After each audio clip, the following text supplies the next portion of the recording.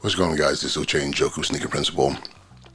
And I want to first thank you all that have been supporting my first video about the Leica M11, my camera, which I have wrapped around me in this amazingly braided camera strap. I got it from Amazon. Don't know the brand or anything. I just love it. I should got another one that's in green, like in a military green, for my Fuji camera. But typically, this is me. I have this around my neck.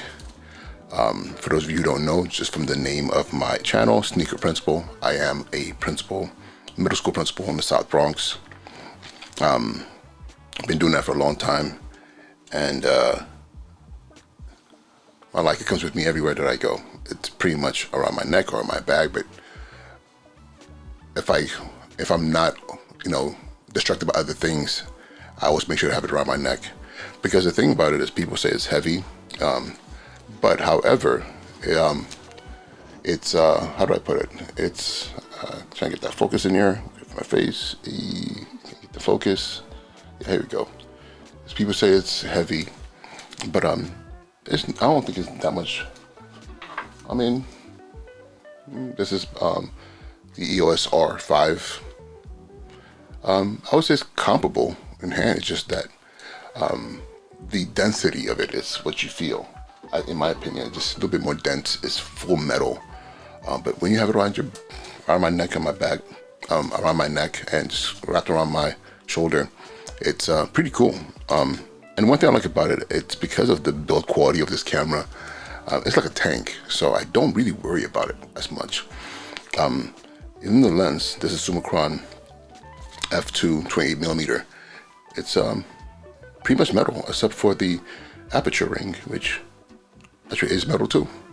The only thing that's plastic on here is just the cap, which most people who are working with the Leica and the lenses and the caps it comes with, this sucker feels like it's gonna fall off at any given time. But the funny thing, it hasn't fallen off on its own. I've lost it a couple of times only because I forgot where I placed it.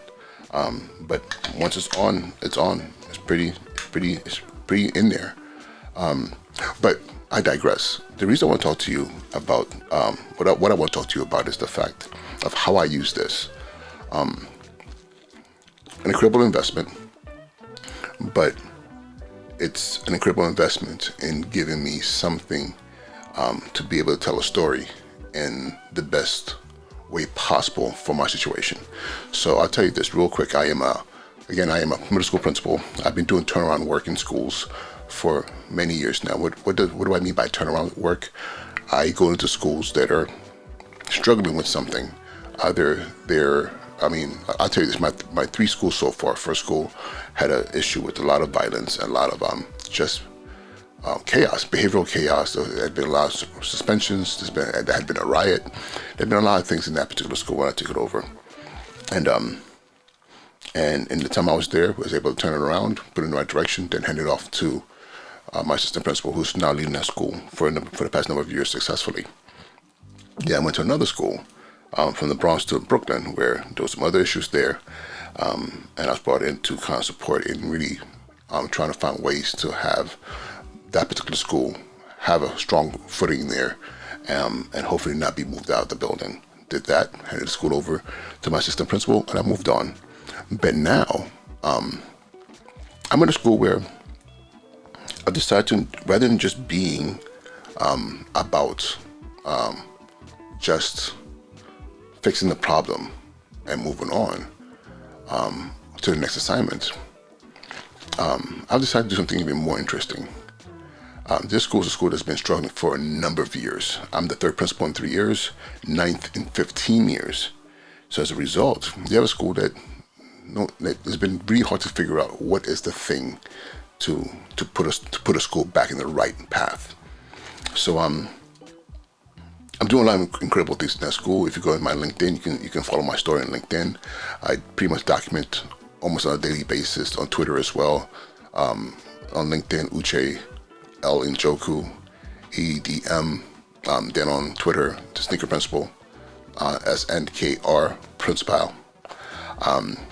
I document that, but that's where this comes in. All my other schools, I never truly documented. I just did the work. But here I said, you know what? I want to tell a story. But this is a school that they want to close down. This is a school that has been the thorn in the side of the community for years. It's been the laughing stock of other schools. It's a school where other schools say, at least we're not them. You know, we may not be doing well, but we're not them. And I've been there now for 11 months and 19 days, and it's been incredible. It's been an incredible journey. We're not perfect, but we're making so many strides. We're getting so much buzz in the community, and I like to say in the city as well of New York. But a big part of it has been me documenting, telling a story. It's one thing to go into a space and just do the work. It's another thing to actually show people. But you can't bring the world into your school, but you can take your school into the world. And how have I been doing that? Pictures. And someone might say, wait a minute, but you don't need a Leica to do that. You can do that with a Canon. As we see, you have a Canon over there. And I have my Canon, I have my lenses here.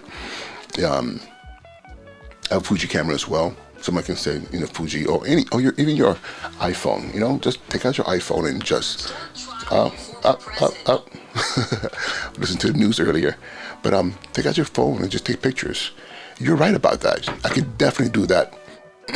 But however, when you turn around a school and turn around a community, it's not just about the turnaround.